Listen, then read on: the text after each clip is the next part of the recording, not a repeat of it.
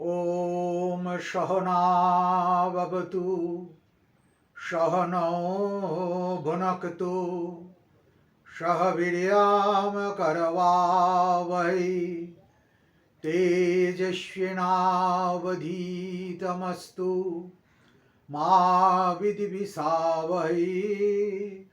शान्ति शान्ति शान्ति।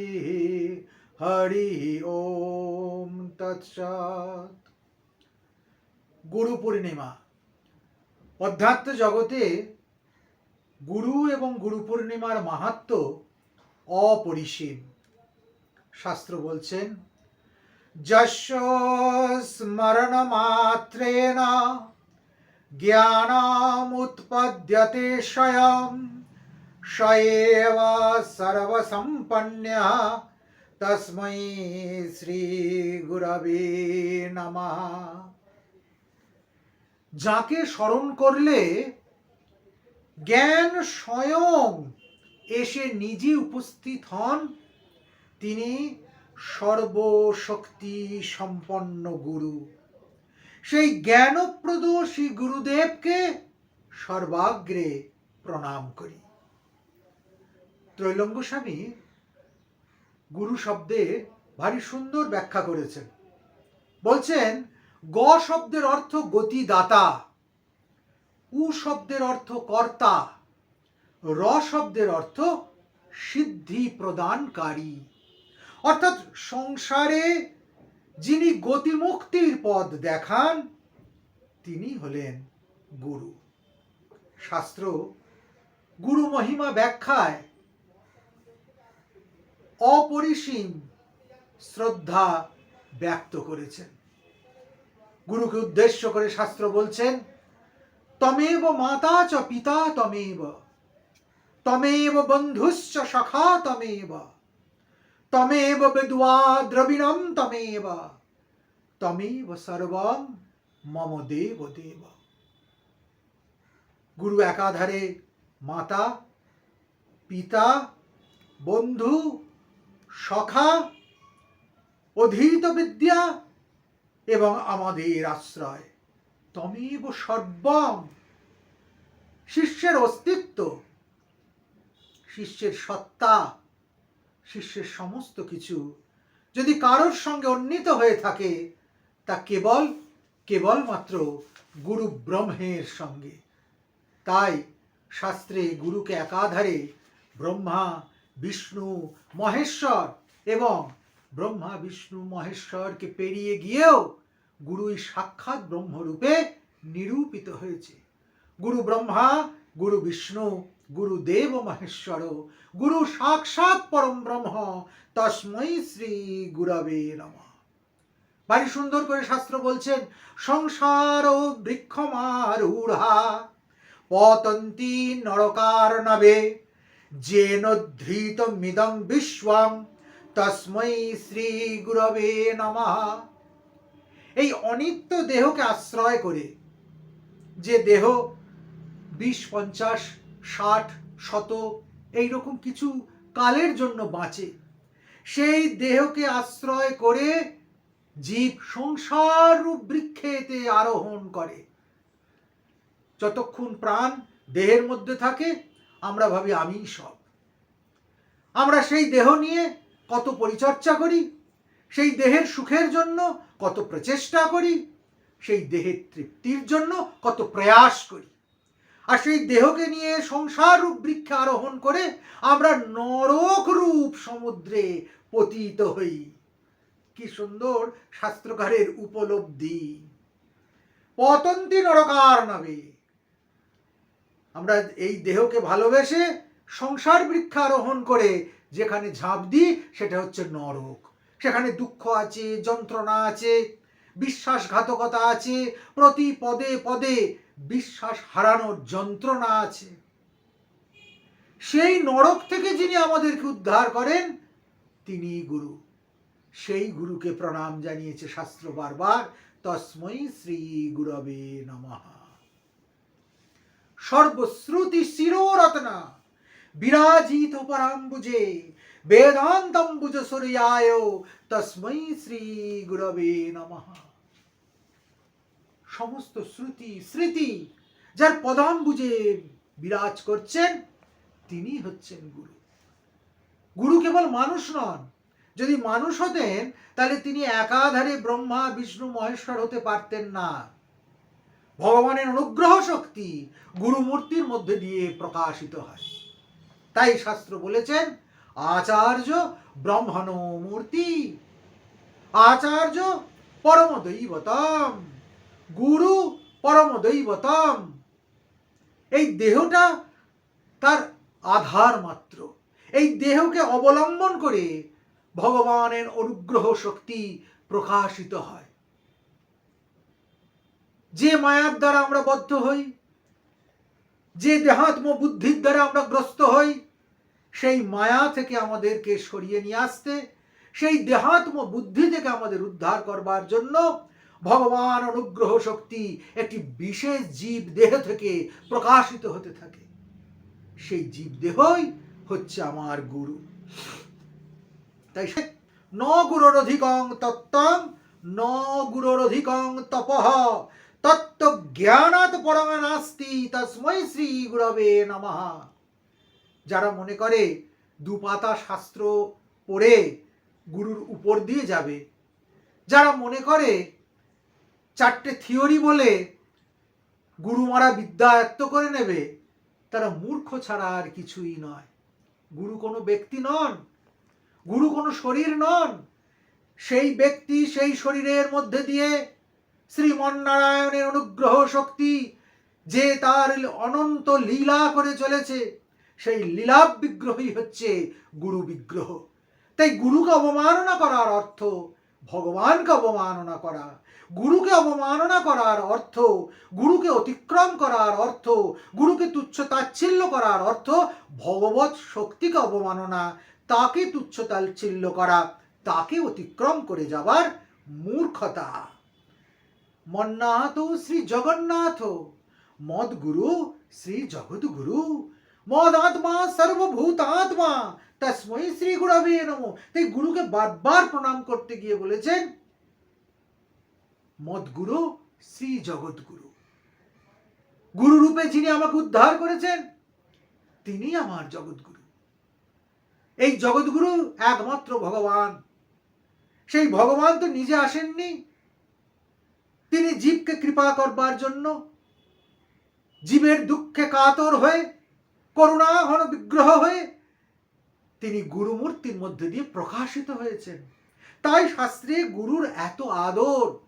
শাস্ত্র সরাসরি বলে দিচ্ছেন গুরুরাদিনাদিস্ব গুরু পরম দৈবতম গুরু পরতরং নাস্তি তস্मै শ্রী গুরবে নমঃ। তোমরা অনেক শাস্ত্র পড়েছ, তোমরা অনেক পরিশ্রম করেছ, তোমরা অনেক সাধন করেছ, তোমাদের অহংকার জমা হয়েছে। তোমরা ভাবছো গুরুকে অতিক্রম করে গিয়ে এই শাস্ত্র তোমাদের সংসার রূপ নরক থেকে উদ্ধার করবে। এই পরিশ্রম, এই আয়াস তোমাকে সংসার রূপ নরক থেকে উদ্ধার করবে, তা কোনোদিন হতে পারে না। কেননা স্বয়ং শাস্ত্রকার বলছেন ধ্যান মূলং গুরুর মূর্তি পূজা মূলং গুরুঃ পদম মন্ত্র মূলম গুরুর বাক্যম মোক্ষ মূলম গুরুঃ কৃপা। তুমি তো মোক্ষার্থী, তুমি তো কিছু পেতে চাও। তুমি কি পেতে চাও? তুমি শান্তি পেতে চাও, তুমি মোক্ষ পেতে চাও, তুমি ভগবৎ পদ্ম পেতে চাও, তুমি ইষ্ট বস্তু লাভ করতে চাও। তাহলে তুমি কেবলমাত্র গুরুমূর্তির ধ্যান করো। ধ্যান মূলম গুরুর মূর্তি। ধ্যানের মূলই হচ্ছে গুরুমূর্তি। সর্বধ্যানের মূল হচ্ছে গুরুমূর্তি। পূজা মূলম গুরুঃ পদম। তুমি কত দেবদেবীর পুজো করছো, তুমি কত আয়াস প্রয়াস প্রযত্ন করছো, কিন্তু গুরুপাদ পদ্ম ভুলে রয়েছ। গুরুপাদ পদ্মই তোমার একমাত্র পূজার আধার। গুরুপাদ পদ্মই তোমার একমাত্র পূজার স্থান। তুমি কত মন্ত্র বলছো, তুমি মন্ত্রতে কত পারদর্শী হয়েছো, কিন্তু হা গুরুদেব বলে তুমি গুরুর চরণটা একবার স্পর্শ করছো না। তুমি হে কৃপা নিধি বলে গুরুকে একবার বুকে জড়িয়ে ধরছো না। তুমি হে অচ্যুত, হে পরমানন্দ আনন্দ বলে গুরু মূর্তিকে নিজের সহস্রারে রেখে ধ্যান করছো না। তোমার চেয়ে হাম্মক, তোমার চেয়ে হতভাগা, তোমার চেয়ে দুর্ভাগা আর কে থাকতে পারে? মন্ত্র মূলম গুরুর বাক্যম, গুরু বাক্যকে অতিক্রম করে কোন মন্ত্রের দ্বারা তুমি ত্রাণ পাবে? মননাত্রায়তি, তুমি মনন করে ত্রাণ পাবে। যদি মনন করতে হয় একমাত্র গুরুর নির্দেশকে মনন করো। আগামী যতদিন তুমি বেঁচে থাকবে তুমি প্রস্তুত হয়ে যাও যে আমার কাছে কোনো মন্ত্র মন্ত্র নয়, গুরু বাক্যই মন্ত্র। কেন? তা শাস্ত্র সিদ্ধান্ত। মন্ত্র মূলম গুরুর বাক্যম আর মোক্ষ মূলম গুরু কৃপা। যে গুরুর কৃপা পেয়েছে, গুরুর ভালোবাসা পেয়েছে, মোক্ষ তার কাছে অধরা নয়। মোক্ষ, মুক্তি, নির্বাণ আকাশ থেকে ঝরে তোমার উপর পড়বে না। এটা কোনো ইউটোপিয়া নয়, এটা একটাই জিনিস, গুরুর কৃপা, কৃপা, কৃপা। গুরুর ভালোবাসা পাওয়া। যে ভালোবাসা পেল তার সব হয়ে গেল। তার ইহকাল ধন্য হয়ে গেল, পরকাল ধন্য হয়ে গেল। তার ঊর্ধ্বতন 14 পুরুষ ধন্য হয়ে গেল, অধস্তন 28 পুরুষ ধন্য হয়ে গেল। সে নিজে তো ধন্য হলোই, সে সমস্ত বংশটাকে ধন্য করে ফেলল। সেই জন্য শাস্ত্র ভারী সুন্দর করে বলছেন, আনন্দম আনন্দম করং প্রসন্ন্যম জ্ঞানস্বরূপম নিজবোধরূপম যোগীন্দ্রমেড্যাং ভবরোগবৈদ্যম শ্রীমদ্গুরুং নিত্যমহং ভজামি। আমি সেই গুরুকে নিত্য ভজনা করি, যিনি আনন্দ স্বরূপ, যিনি জ্ঞান স্বরূপ, যিনি নিজবোধ রূপ, যাকে দেখলেই আমি বোধে প্রতিষ্ঠিত হতে পারি, যিনি যোগীন্দ্র শ্রেষ্ঠ, সর্বোপরি ভবরোগ বৈদ্য। আমাদের বড় একটা অসুখ হয়েছে, আমাদের কঠিন একটা অসুখ হয়েছে, আমাদের দুরারোগ্য একটা পীড়া হয়েছে। এই অসুখের কথা আমরা কাউকে বলতে পারছি না, এই অসুখের ওষুধ আমরা কোথাও খুঁজে পাচ্ছি না, এই অসুখ আমরা কারোর দ্বারা উপশম করতে পারছি না। কি অসুখ? আমরা মায়াগ্রস্ত হয়েছি। আমরা দেহকেই আত্মা বলে ভুল করে বসে আছি। আমরা সংসারকে সুখের আধান বলে ভুল করে বসে আছি। আমরা প্রতি মুহূর্তে মনে করছি সংসার থেকে আমাদের সুখ হবে, সাংসারিক সম্বন্ধ বন্ধ থেকে আমাদের তৃপ্তি হবে, প্রতি মুহূর্তে সংসার আমাদের অনেক শান্তি দেবে, আনন্দ দেবে। কিন্তু আমরা ভুলে গেছি যে সংসার আনন্দের জায়গা নয়, সংসার সুখের জায়গা নয়, সংসার শান্তির জায়গা নয়। তা আমাদের তৃষ্ণা বাড়াবে। কেমন করে বাড়াবে? যেমন করে মরীচিকা তৃষ্ণা বাড়ায়, যেমন করে দূর আকাশের শশক শৃঙ্গ আমাদের দৃষ্টি বিভ্রম করে, যেমন করে প্রতি মুহূর্তে সম্পর্কের ভেঙে যাওয়া আর গড়ে ওঠা আমাদেরকে মিথ্যা সম্পর্ক বন্ধনের মায়ায় জড়িয়ে ফেলে, তেমন করে প্রতি মুহূর্তে আমাদের তৃষ্ণা বাড়বে, যতক্ষণ না আমরা গুরুকে গুরু বলে চিনতে পারবো, গুরুর কথা মতো চলতে পারবো, গুরু পাদপদ্মকে সাধনের সার বলে জানতে পারবো। এই জন্য চর্যাচর্য বিনিশ্চয় গ্রন্থে বৌদ্ধ সাধকেরা লিখলেন, গুরু পুচ্ছ্য জান। তুমি তাকে জানতে চাইছো, তাকে পেতে চাইছো, তুমি এত ছুটোছুটি করো না। ছুটলে তাকে পাওয়া যায় না, বাইরে দেখলে তাকে পাওয়া যায় না। আবৃত্ত চক্ষু অমৃতত্ব বিচ্ছান, তুমি অমৃতত্ব চাও, চোখ বোঝো, চোখ বুঝে তুমি তাকে খোঁজো। আরে চোখ বুঝে আমি খুঁজবো কি করে? গুরু পুচ্ছ্য জানো, চোখ বুঝে খোঁজার পদ্ধতিটা তুমি গুরুকে জিজ্ঞাসা করো, তিনি বলে দেবেন। তিনি তাকে পেয়েছেন, তিনি তার স্বরূপ হয়েছেন। তাই শ্রীমৎ পরম গুরু ব্রহ্ম গুরুং বদামি, শ্রীমৎ পরব্রহ্ম গুরুং স্মরামি, শ্রীমৎ পরম ব্রহ্ম গুরুং ভজামি, শ্রীমৎ পরম ব্রহ্ম গুরুং নমামি। তাই যদি উচ্চারণ করতেই হয় আমি পরব্রহ্মশ্রী গুরুর নাম উচ্চারণ করব। যদি কাউকে স্মরণ করে জীবনের শান্তি পেতে হয় আমি সেই পরব্রহ্ম গুরুকে স্মরণ করব। যদি কাউকে ভজনা করতে হয়, কারোর ভজনায় যদি দিন অতিবাহিত করতে হয় তাহলে সেই পরব্রহ্ম গুরুকে আমি ভজনা করব। আর যদি কাউকে আমার প্রণাম করতে হয়, কারোর চরণে যদি নিজেকে বিলিয়ে দিতে হয় তাহলে সেই গুরুর চরণেই নিজেকে বিলিয়ে দেব। হে মূর্খ শিষ্যের দল, হে হতভাগা শিষ্যের দল, এ সর্বহারা শিষ্যের দল, তোমরা গুরুপাদ পদ্ম ছেড়ে কোথায় যাবে? কোথাও তাকে পাবে না। উপনিষদ বলছেন, বাজসনেয় সংহিতায় ঋষি বলেছেন, তেজসি তেজো মহিধেহি, বীর্যমসি বীর্যাং মহিধেহি, বলমসি বলং মহিধেহি, ওজস্যজস্য মহিধেহি, মন্নুরসি মন্নুং মহিধেহি, সহসি সহো মহিধেহি। কাকে উদ্দেশ্য করে বলছেন? সেই গুরুকে উদ্দেশ্য করে বলেছে, সেই পরম পুরুষকে উদ্দেশ্য করে বলেছে, সেই অন্নিষ্টকে উদ্দেশ্য করে বলেছে, তুমি তেজ, আমায় তেজস্বী করো। হে গুরুদেব, তুমি তেজস্বরূপ, তুমি আমায় তেজস্বী করো। হে গুরুদেব, তুমি আমার বীর্যস্বরূপ, আমায় বীর্যবান করো। তুমি বলস্বরূপ, আমায় বলবান করো। কেন তুমি বলবান না করলে, আমি বলবান না হলে তাকে আমি পাবো না। নায়মাত্মা বলহীন ন লভ্য, ন মেধয়া ন বহুনা শ্রুতে না। বলহীন ব্যক্তি কখনো আত্মতত্ত্ব পায় না, অনেক মেধা হলেও পায় না। বাড়ি বসে তুমি ভাবছো অনেক শাস্ত্র অধ্যয়ন করে তাকে পাবে, বৃথা বৃথা বৃথা। শাস্ত্র জঙ্গলের মতো, অরণ্য বলেছে। শাস্ত্ররূপ অরণ্যে গিয়ে তুমি পথ হারিয়ে ফেলবে। হে পথহারা প্রথিক, দেখবে সেই শাস্ত্রারণ্যে সন্ধ্যা নেমে আসছে। সেই সন্ধ্যার অন্ধকার রাত্রের গভীর নিশায় পরিণত হবে।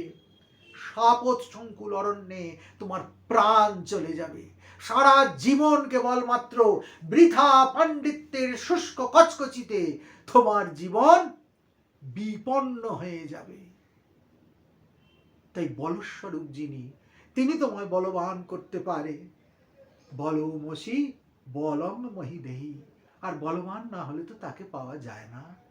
ন মেধয়া ন বহুনা শ্রুতেন।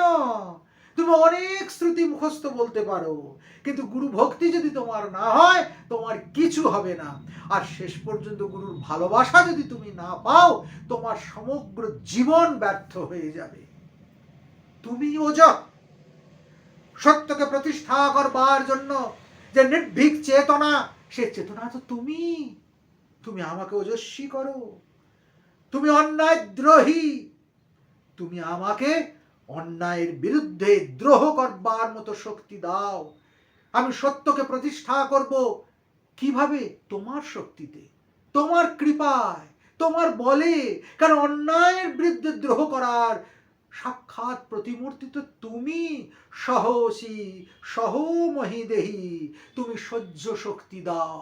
এত অল্পে যেন আমি সহ্য শক্তি হারিয়ে না ফেলি, ধৈর্য শক্তি হারিয়ে না ফেলি।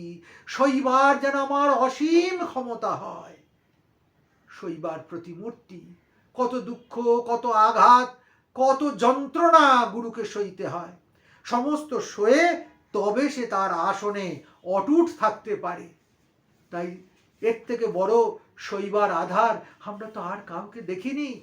হে গুরুদেব, তুমি সেই শক্তি দিয়ে আমার উপর এসে বিচার করো, আমার উপর আধান করো।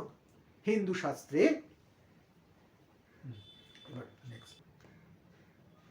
হিন্দু শাস্ত্রে 12 রকম গুরুর কথা আছে। প্রথমের থেকে দ্বিতীয়টা উত্তম।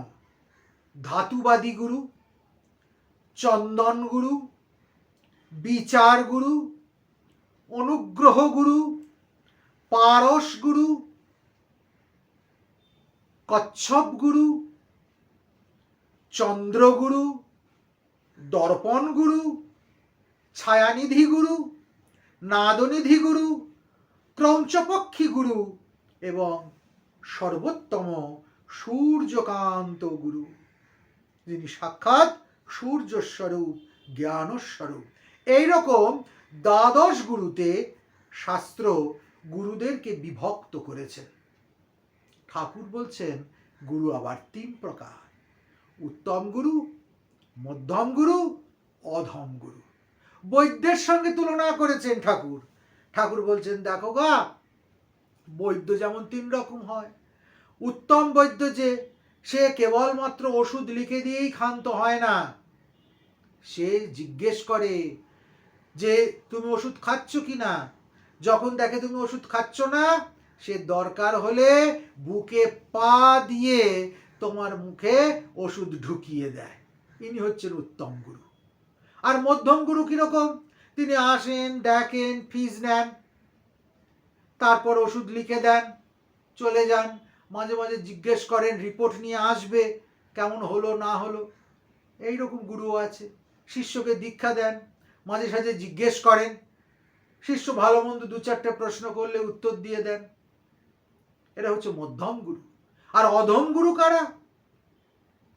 তারা ওই বছরান্তে আসবেন, দক্ষিণীটি নেবেন, খাওয়া দাওয়া করবেন আর চলে যাবেন। শিষ্যের কি উন্নতি হলো না হলো, তার ইহকাল পরকাল গোল্লায় গেল না সংসারে রইল, ও নিয়ে তার মাথা ব্যথা নেই।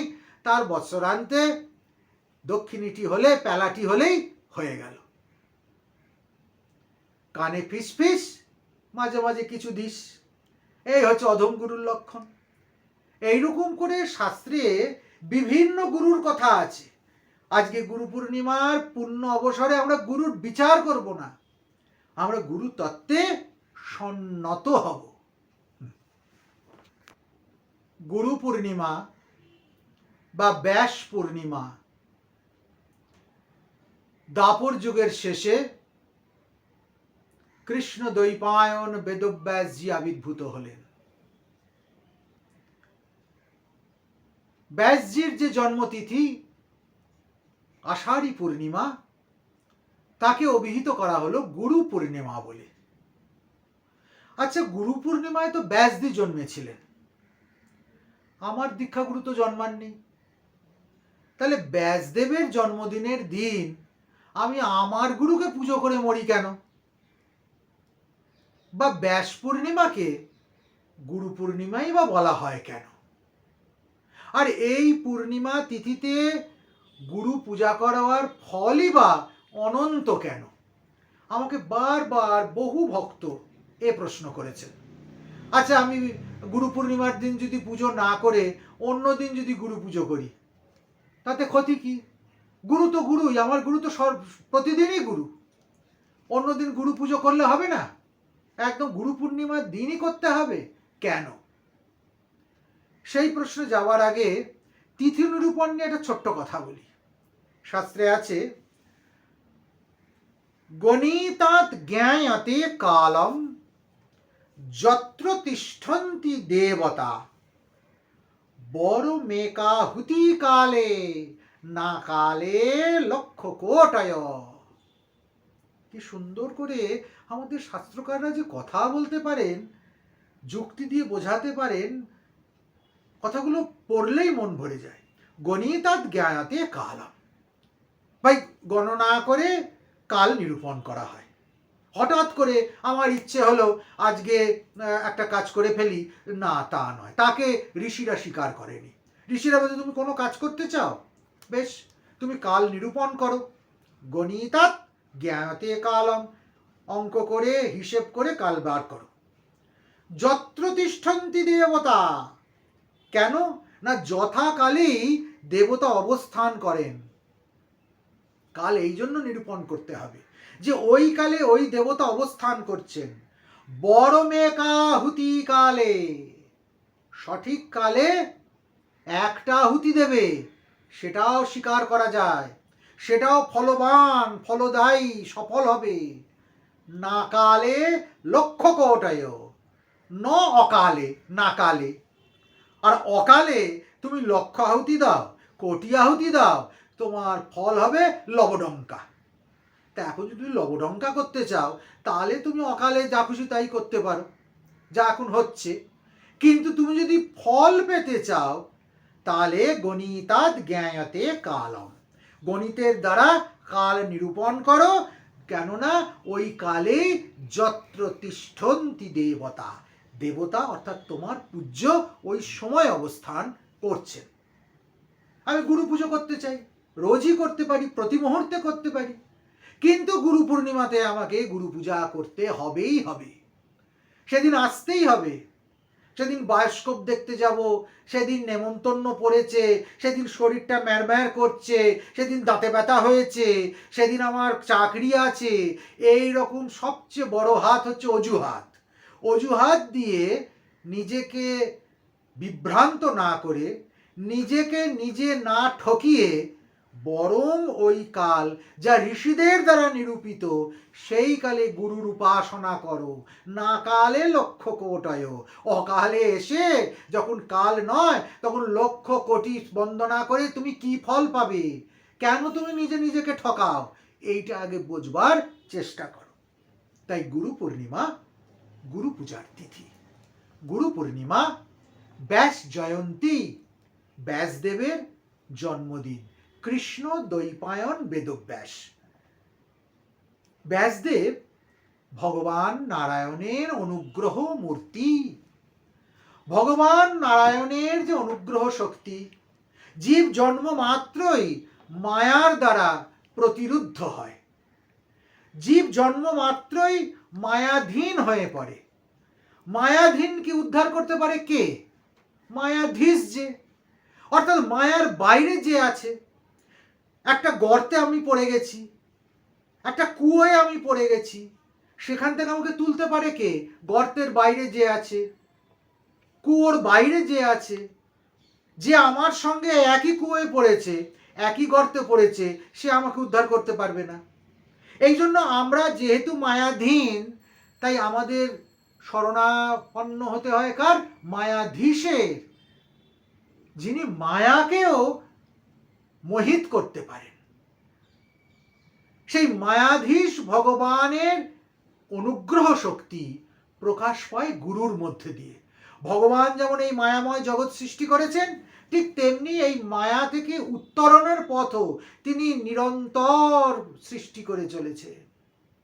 যত যত জীব, যত যত মায়ার খেলা, ভগবানের মাথা ব্যথা তত তত বাড়ছে, তত তত তিনি পথ আবিষ্কার করছেন, উপায় আবিষ্কার করছেন। সেই মায়া থেকে উত্তরণের বিগ্রহ যিনি, তিনি গুরু বিগ্রহ, তিনি গুরু ব্রহ্ম। আর গুরু পূর্ণিমা তিথিতে তাঁরই বিশেষ পূজা। গুরু পূর্ণিমা শব্দের মধ্যে দুটো শব্দ আছে লুকিয়ে, একটা গুরু, একটা পূর্ণিমা। গুরু কি? গু আর রু, গুকার অন্ধকার উচ্চতে, রু তন নিরোধক জ্যোতি। গু শব্দের অর্থ অন্ধকার, রু শব্দের অর্থ জ্যোতি, আলো। অন্ধকারকে তাড়াতে পারে কে? অন্ধকারকে যদি আমি খুব লাঠির বাড়ি মারি, অন্ধকার যাবে? যাবে না। অন্ধকারে যদি আমি খুব ঠেলি, অন্ধকারকে কি ঠেলা যাবে? যাবে না। কিন্তু অন্ধকারের মধ্যে যদি আমি একটা জ্যোতির শিখা এনে হাজির করি, মুহূর্তের মধ্যে অন্ধকার চলে যাবে। একটা ঘরে 1000 বছর ধরে অন্ধকার জমা হচ্ছিল, তোমায় বলল বাবা তুমি এই 1000 বছরের অন্ধকার দূর করো দেখি। তুমি বলে গুরুদেব এই অন্ধকার দূর করতে তো আরো 1000 বছর লাগবে। না, মোটেও তা নয়। হাজার হাজার বছরের অন্ধকার এক লহমার জ্যোতির বিন্দুতে দূরীভূত হয়ে যাবে। রু তন নিরোধক জ্যোতি। তাই যিনি অজ্ঞানের অন্ধকার থেকে জ্ঞানের আলোয় আমাদেরকে উত্তীর্ণ করে দেন, তিনি হচ্ছেন গুরু। অন্ধকারের মধ্যে জ্ঞানের প্রদীপ জ্বালে। তাই সুন্দর করে বলা হলো, সদ্গুরু পাওয়ে ভেদ বাতায়ে জ্ঞান করে উপদেশ, কয়লা কা ময়লা नहीं रहे जब आग करे प्रवेश। সদ্গুরু আর সাধারণের মধ্যে তফাৎ কি? সদ্গুরুর সঙ্গে সাধারণের তফাৎ কি? বলছে তফাৎ একটাই, সদ্গুরু হচ্ছে আগুনের মতো। কয়লার মধ্যে যদি একবার আগুন ঢুকিয়ে দাও, কয়লার কালো আর থাকে না, কয়লা আলো হয়ে জ্বলে ওঠে। যে অনাদি অনন্ত কালুষ্য জীবের মধ্যে রয়েছে, একবার গুরু কৃপা পেলে, গুরুর আপনজন হয়ে গেলে, জন্ম জন্মান্তরের সমস্ত কালুষ্য, অনাদি জন্মের যা কিছু দুষ্কৃতি, মুহূর্তের মধ্যে তা ভস্মস্যাৎ হয়ে যায়, ছাই হয়ে যায় পুড়ে, আর কিছু অবশিষ্ট থাকে না। সেজন্য হৃদয় গুহায় আমাদের যে অজ্ঞানের অন্ধকার আছে, রূ শক্তির প্রভাবে অর্থাৎ জ্যোতির প্রভাবে, জ্ঞানের প্রভাবে তা যিনি দূর করে দেন, তিনি হলেন গুরু। পূর্ণিমার গুরু শব্দের অর্থটা বুঝলাম, এবার আসি পূর্ণিমা। গুরু পূর্ণিমা, পূর্ণিমা কি? গুরু অমাবস্যা বলল না কেন? গুরু অষ্টমী বলল না কেন? হঠাৎ গুরু পূর্ণিমাই বা কেন? একই কথা। পূর্ণিমা একটা পূর্ণতার তিথি। চাঁদের কটা কলা আছে? 16টা। তা 16টা কলা নিয়ে চাঁদকে আমরা কবে দেখতে পাই? পূর্ণিমায়। 16 কলা পূর্ণ হয়। অমাবস্যার পরদিন থেকে প্রতিপদ, দ্বিতীয়া, তৃতীয়া করে একটা একটা করে চাঁদের কলা বাড়তে থাকে। বেড়ে বেড়ে গিয়ে 16 কলায় পূর্ণ হয়ে যায় চাঁদ। কোন দিন? পূর্ণিমার দিন। তাই আমরা কথায় কথায় বলি, যাক বাবা, আজকে আমার মনের 16 কলা পূর্ণ হলো। তার মানে পূর্ণতার কনসেপ্টের সঙ্গে ঋষিরা পূর্ণিমাকে মিলিয়ে দিয়েছেন, যে যেদিন সব কিছু পূর্ণভাবে আমরা পেতে পারি। তাই গুরু শক্তির পূর্ণতা আসে যে তিথিতে, তা হলো গুরু পূর্ণিমা। অবিদ্যাগ্রস্ত, অজ্ঞানাচ্ছন্ন, মোহান্ধ মানুষের মনে জ্ঞানাগ্নি প্রজ্বলিত হয়ে যায় যে তিথিতে, সেই তিথি হচ্ছে পূর্ণিমা তিথি। কেননা যতক্ষণ পর্যন্ত অল্পত্ব, ততক্ষণ পর্যন্ত পূর্ণত্ব নেই। এই দুটো শব্দ পরস্পরের বিরোধী। নাল্পে সুখমস্তি ভূমৈব সুখম, শাস্ত্র বলে দিল। অল্পেতে সুখ নেই। অল্প মানেই তার মধ্যে আরো কিছু দেওয়া যায়, সে পূর্ণ নয়। ভূমৈব সুখম, কিন্তু অল্পটা যখন ভূমা হয়ে গেল, বিরাট হয়ে গেল, বৃহৎ হয়ে গেল, তখনই তাতে থেকে সুখের উদয় হলো, আনন্দের উদয় হলো। এবং এটা কেবলমাত্র সম্ভবপর হয় এই পূর্ণিমা তিথিতে। আষাঢ় মাসের পবিত্রতম তিথি হলো গুরু পূর্ণিমা তিথি। এই গুরু পূর্ণিমাকে ব্যাস পূর্ণিমাও বলে, আষাঢ়ী পূর্ণিমাও বলে। আমি একটু আগে সে কথা বলেছি। ঋষিরা মনে করেছেন যে নারায়ণের যে শক্তি, অর্থাৎ যা অনুগ্রহ শক্তি, জীব তো প্রতি মুহূর্তে মায়ার দ্বারা আবদ্ধ, কষ্ট পাচ্ছে, দুঃখ পাচ্ছে, শোকগ্রস্ত হচ্ছে। কে তাকে উদ্ধার করবে? সব তো এক গর্তের মধ্যে পড়েছে গিয়ে, সব খালি মারামারি করছে, গর্তের বাইরে উঠতে পারছে না। কাউকে তো চাই বলবান, চুলের মুঠি ধরে গর্ত থেকে তুলবে, তিনি হচ্ছেন নারায়ণ। তাই সেই নারায়ণের যে অনুগ্রহ শক্তি, তা এই তিথিতে মর্তে অবতরণ করে। এবং এই তিথিতে মর্তে অবতরণ করেছিল কখন? দাপরের শেষে, আষাঢ় মাসের পূর্ণিমা তিথিতে এই দিন জন্ম নিয়েছিলেন কৃষ্ণ দ্বৈপায়ন বেদব্যাস। কিন্তু এখানে আমি একটা ছোট্ট কথা বলতে চাই। ব্যাস মানে কিন্তু বিশেষ কোনো ব্যক্তি নয়। এই যে ব্যাস, যার জন্মতিথি আমরা পালন করি, তার নাম কৃষ্ণ দ্বৈপায়ন, যিনি মহাভারতকার, যিনি বেদ বিভক্তকারী, যিনি ব্রহ্মসূত্র প্রণেতা, যিনি অষ্টাদশ পুরাণ ছত্রিশ উপপুরাণ রচয়িতা সেই ব্যাসদেব জন্মেছিলেন দাপরের শেষে আষাঢ় মাসে পূর্ণিমা তিথিতে। এই তিথিটি তার জন্মতিথি। কিন্তু এরকম হাজারো ব্যাস জন্মেছেন। ভগবান তার অনুগ্রহ শক্তিকে হাজার হাজার বার এই পৃথিবীতে অবতরণ করিয়েছেন। সত্যযুগের ব্যাস আছে, ত্রেতার ব্যাস আছে, দাপরের ব্যাস আছে, কলির ব্যাস আছে। ব্যাস মানে অনুগ্রহ শক্তি। এই গুরুরূপে যারা অবতীর্ণ হচ্ছেন তারা এক একজন ব্যাস। এই জন্য গুরুরা যেখানে বসে তত্ত্ব উপদেশ করেন সেই জায়গাটাকে কি বলা হয়? ব্যাস কা গদ্দি, ব্যাসের গদি, ব্যাসাসন। আমরা বাঙালিরা বলি ব্যাসাসন। আরে ব্যাসের এত আসন হলো কি করে? আমি একটা কম্বল পেতে বসে এটাকে ব্যাসাসন বললি কি করে? ব্যাস ক জায়গায় কম্বল পেতেছিল, কত আসন কিনেছিল? আসলে ব্যাস মানে তো তা নয়।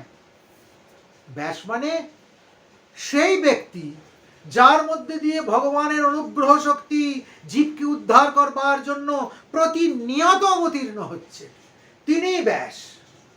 তিনি যখন যেখানে বসছেন সেটাই ব্যাস কা গদ্দি হয়ে যাচ্ছে। সেই জন্য আদি ব্যাস যিনি, অর্থাৎ দাপরের শেষে যিনি এলেন কলির জীবকে উদ্ধার করবার জন্য নারায়ণের শক্তি নিয়ে, তার জন্মতিথিকে আমরা গুরুদের জন্মতিথি বলে, ব্যাসজির জন্মতিথি বলে, অনুগ্রহ শক্তির অবতরণ তিথি বলে মনে করি। আর এই কারণেই এটি হচ্ছে ব্যাস পূর্ণিমা বা গুরু পূর্ণিমা।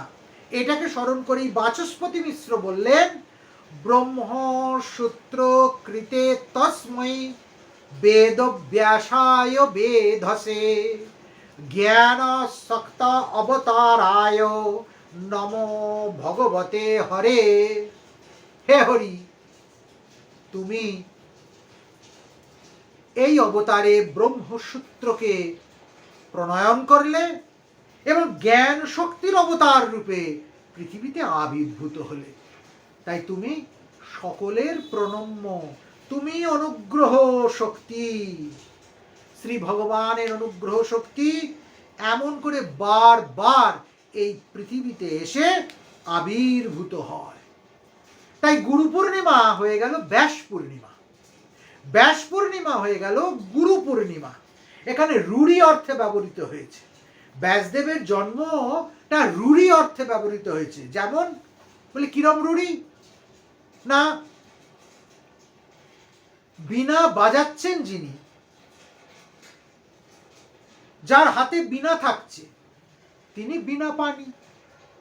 এখন আমি যদি একটা বীণা নিয়ে এসে বসি, তাহলে আমি কি বীণা পানি? না, দেবী সরস্বতী একমাত্র বীণা পানি। আমার হাতে বীণা থাকলেও আমি বীণা পানি নই, আর মা সরস্বতীর হাতে বীণা না থাকলেও তিনি বীণা পানি। কেন? বীণা পানি শব্দটা সরস্বতীতে রূঢ়ি হয়েছে। বীণা পানিতে যার, এই যার অর্থে সরস্বতী। ঠিক তেমনি এইখানে একটা ভারী মজার জিনিস আছে। এই গুরু শব্দটি, এই গুরু শব্দটা ব্যাসে রূঢ়ি হয়েছে। কিরকম? গুরু শব্দটা আসছে কোথা থেকে?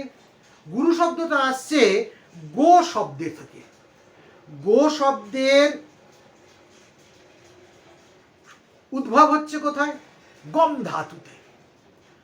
গম ধাতুর পর ডোচ প্রত্যয় করা হচ্ছে। এই ডোচ প্রত্যয় করলে, গম ধাতুর উত্তর ডোচ প্রত্যয় করলে নিষ্পন্ন হয় যে শব্দটা, সেটা হচ্ছে গো। এই গো মানে কি? গো মানে গমনশীল, যা চলছে, রানিং। গো শব্দ গমনশীল।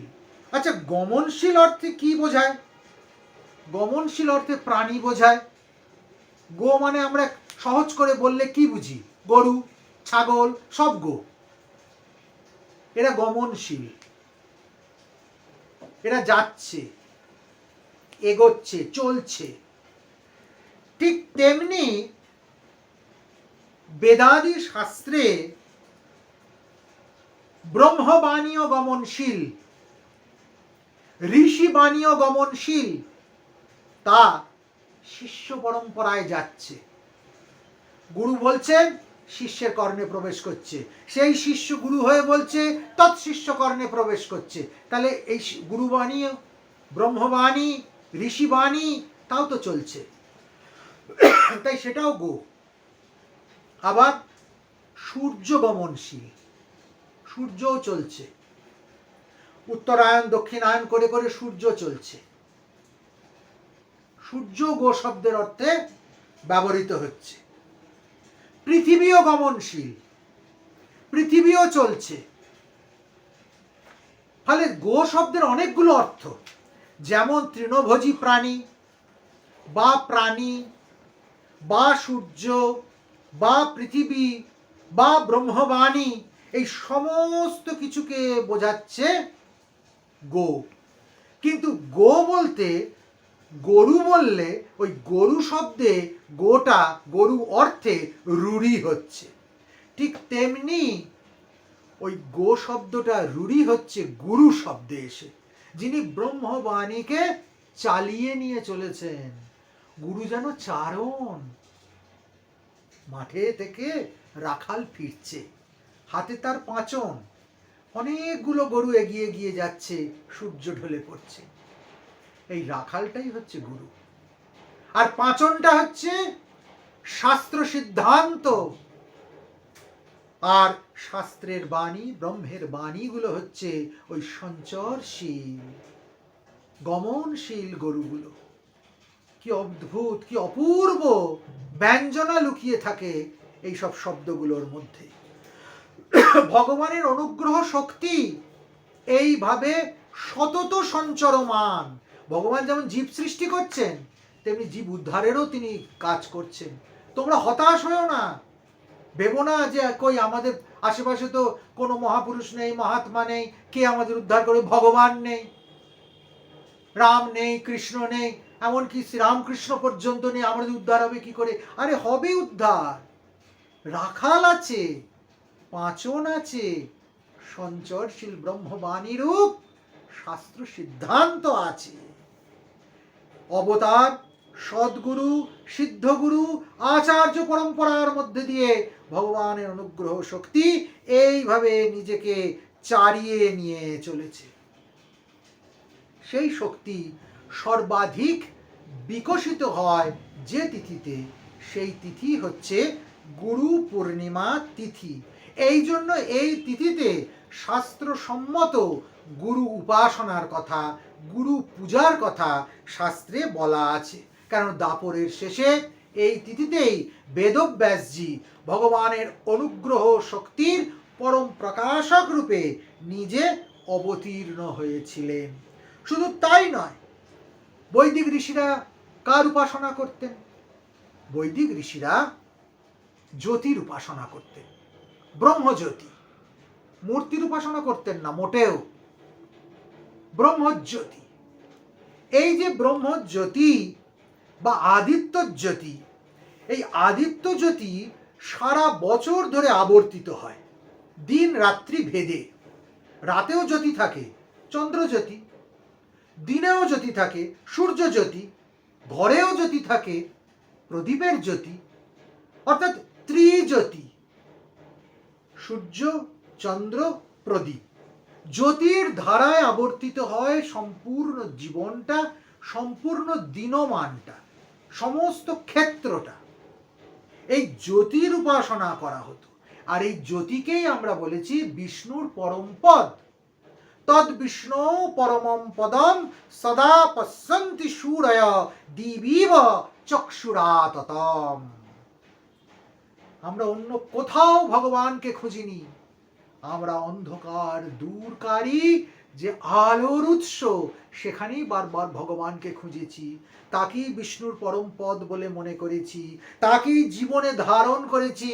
তার উদ্দেশ্যেই বলেছি তমসো মা জ্যোতির্গময়, আমাকে তমসা থেকে জ্যোতিতে নিয়ে যাও।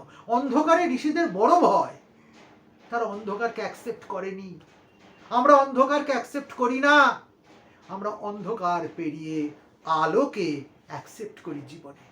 সেই আদিত্য গতির অনুবর্তন সহজে হয় না, সেই পরম জ্যোতি সহজে পাওয়া যায় না। পরম পুরুষার্থ যিনি দেখাতে পারেন তিনি পান এই আদিত্য জ্যোতি। গুরু পূর্ণিমা তাই আদিত্য জ্যোতির কোন সময় উদযাপিত হয়?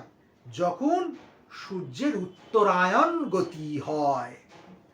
সূর্যের দুটি গতি, একটা উত্তরায়ণ আর একটা দক্ষিণায়ন, একটা মকর সংক্রান্তি আর একটা কর্কট সংক্রান্তি।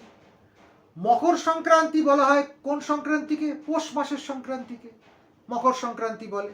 আর কর্কট সংক্রান্তি হয় তারপরে 6 মাস বাদে হয় কর্কট সংক্রান্তি। এই দুটো সংক্রান্তির মধ্যে সূর্যের উত্তরায়ণ এবং দক্ষিণায়ন গতিটা আবর্তিত হতে থাকে, নির্ধারিত হতে শুরু করে। কর্কট সংক্রান্তিতে সব সময় গুরু পূর্ণিমা হয় না। কর্কট মানে সংক্রান্তি এবং পূর্ণিমা কখনো কখনো একই দিনে পড়ে যায়, কিন্তু বেশিরভাগ দিনেই একদিনে পড়ে না। পূর্ণিমা তিথিটা অন্য তিথিতে হয়, চান্দ্র গণনা হিসেবে অন্য তিথিতে আমরা পূর্ণিমাকে দেখতে পাই। এই পূর্ণিমার দিন সর্বাধিক জ্যোতির বিকাশ হয়। দিনের বেলা যেমন সবচেয়ে বেশি আলো, কারণ আষাঢ় মাসের দিনগুলো সবচেয়ে বড় হয়, ঠিক তেমনি গুরু পূর্ণিমার দিনে রাত্রিটাও সবচেয়ে জ্যোতির্ময় হয়, কারণ ওদিন পূর্ণিমার রাত, অর্থাৎ ওদিন সারা রাতই আলোর উৎস। তার মানে গুরু পূর্ণিমা তিথিতে ওই কর্কট সংক্রান্তির সংলগ্ন যে পূর্ণিমাটা আসে, সেই তিথিতে দিন এবং রাত উভয়তেই আলোর সমান বিস্তার থাকে। দিনের সূর্যজ্যোতি, রাতে চন্দ্রজ্যোতি। এই জন্য এই তিথিটাকে ঋষিরা অধ্যাত্ম উপাসনার প্রকৃষ্ট তিথি বলে মনে করেছে। ব্যাসদেব জন্মাক বা না জন্মাক, ঐতিহাসিকভাবে জন্মাক বা না জন্মাক, ভগবানের অনুগ্রহ শক্তি এই জ্যোতির মধ্যেই আবির্ভূত হয়।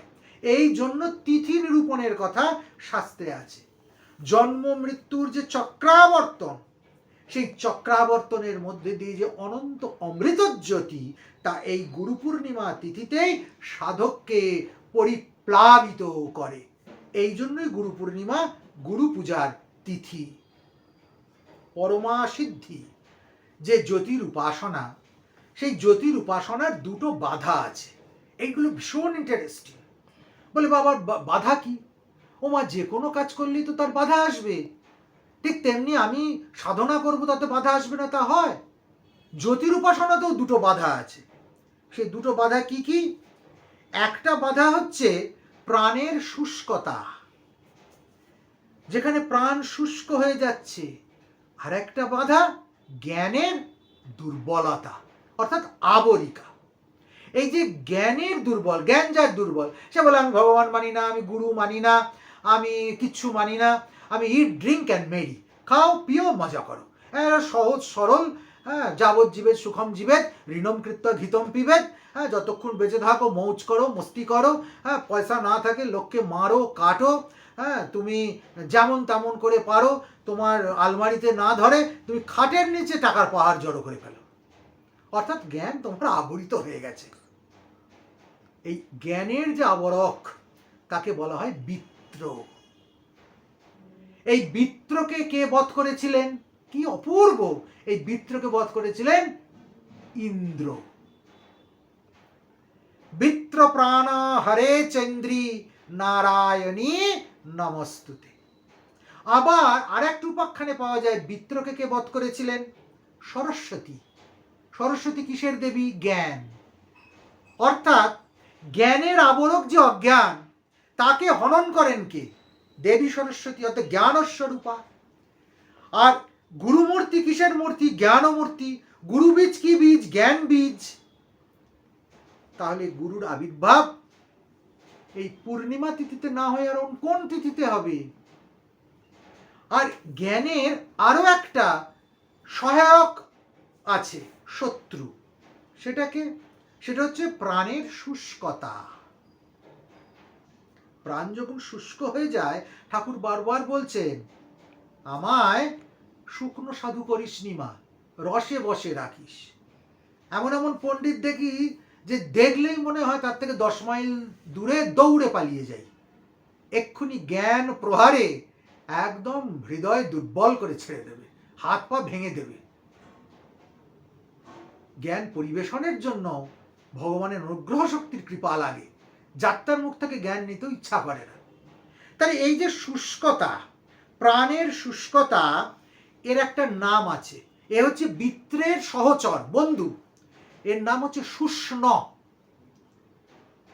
জ্ঞানের শুষ্কতাকে বৈদিক ঋষিরা নাম দিলেন শুষ্ণ্য। এই শুষ্ণতা অর্থাৎ বন্ধাত্ম, এই বন্ধাত্ম ঘোচে কি করে না অমৃতের প্লাবন হলে। দেখুন, এই আষাঢ় মাস আসলেই, ঠিক আষাঢ় মাসের অম্বুবাচী হবে, অম্বুবাচায়াতে জলের প্লাবন শুরু হবে, শুষ্ক পৃথিবী রসধারায় ভরে যাবে। আর ঠিক অম্বুবাচীর পর, অম্বুবাচীর নিবৃত্তি হয়ে যাবে, রথযাত্রা হবে।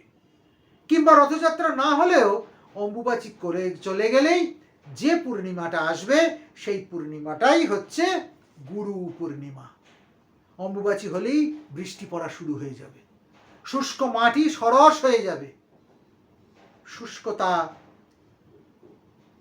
ধ্বংস হয়ে যাবে, বন্ধাত্ম ঘুচে যাবে, জ্ঞানের প্লাবন হবে, দিন রাত্রির সমান হয়ে যাবে। গুরু পূর্ণিমার দিন দিনেও আলো রাতেও আলো, আর তার মধ্যে ঋষিরা বসে রয়েছেন পরিপ্লুত রসধারায়। তখনই ভগবানের অনুগ্রহ শক্তি নামবে না যে কোনো দিন নেমে পড়বে।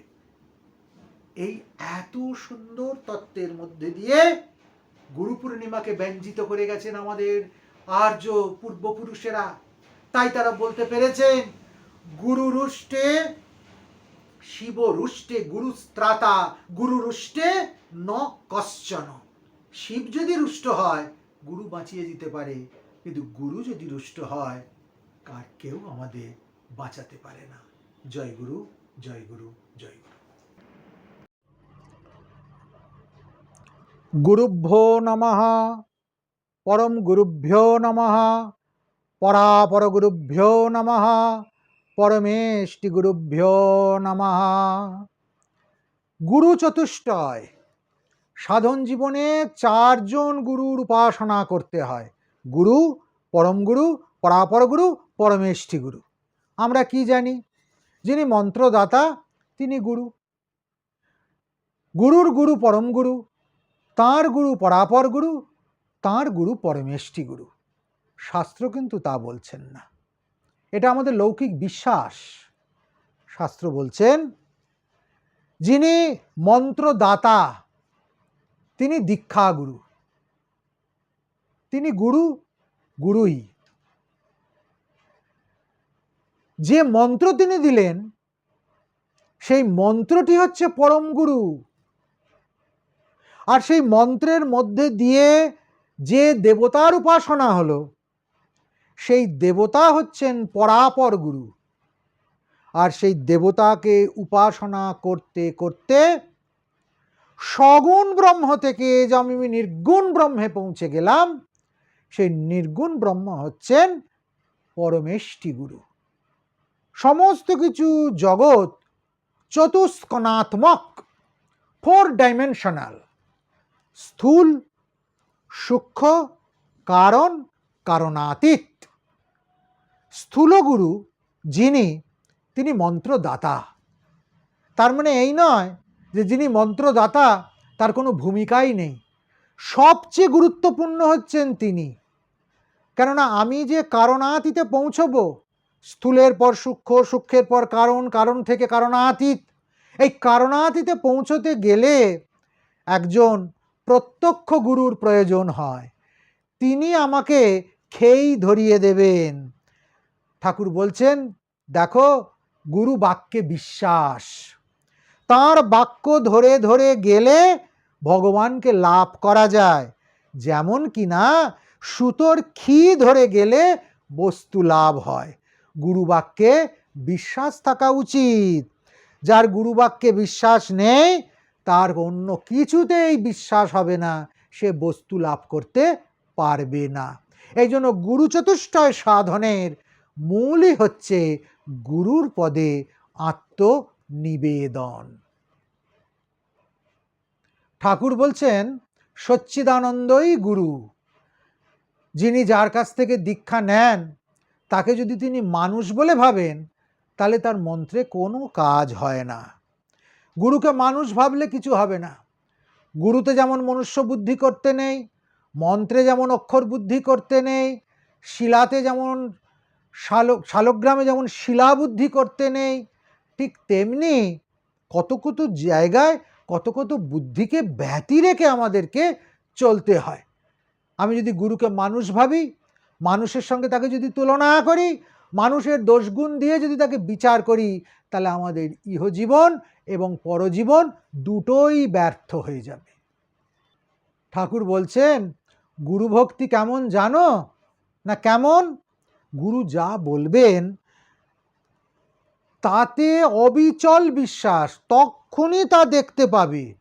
এমন হলে তবে তোমার গুরু ভক্তি হলো, যে ভক্তি অর্জুনের হয়েছিল। একদিন শ্রীকৃষ্ণ এবং অর্জুন বেড়াতে বেরিয়েছেন, মাঠের ওপর দিয়ে রথ নিয়ে যাচ্ছেন। যেতে যেতে শ্রীকৃষ্ণ বললেন, সখা ওই দেখো আকাশে কি সুন্দর পায়রা উঠছে। অর্জুন বললেন, তাই তো সখা, কি সুন্দর পায়রা উঠছে। খানিকক্ষণ পর শ্রীকৃষ্ণ বলছেন, না সখা ও পায়রা নয় তো। অর্জুন বলল, হ্যাঁ তাই তো সখা, ও পায়রা নয় তো। ঠাকুর পরক্ষণেই বলছেন, আচ্ছা অর্জুন তো মহাসত্যনিষ্ঠ, তবে সে কি খোসামুদে ছিল? সে কি শ্রীকৃষ্ণকে খোসামত করছে? তা নয়। শ্রীকৃষ্ণ বলেছেন পায়রা উঠছে, তখন অর্জুন দূরের দিকে তাকিয়ে পায়রাই দেখেছে।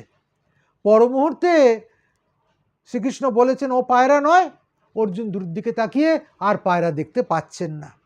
গুরু বাক্যে এমন বিশ্বাস থাকতে হবে, এমন করে অকপটে গুরুকে ভক্তি করতে হবে, তবে কিছু হবে, নচেত নয়। ব্রহ্মানন্দং পরম সুখদম কেবলং জ্ঞানমূর্তিং দ্বন্দ্বাতীতং গগন সদৃশম তত্ত্বমস্যাদিলক্ষ্যম একাং নিত্যং বিমলমচলং সর্বোধিসাক্ষীভূতম ভাবাতীতম ত্রিগুণরহিতম সদ্গুরুং তং নমামি।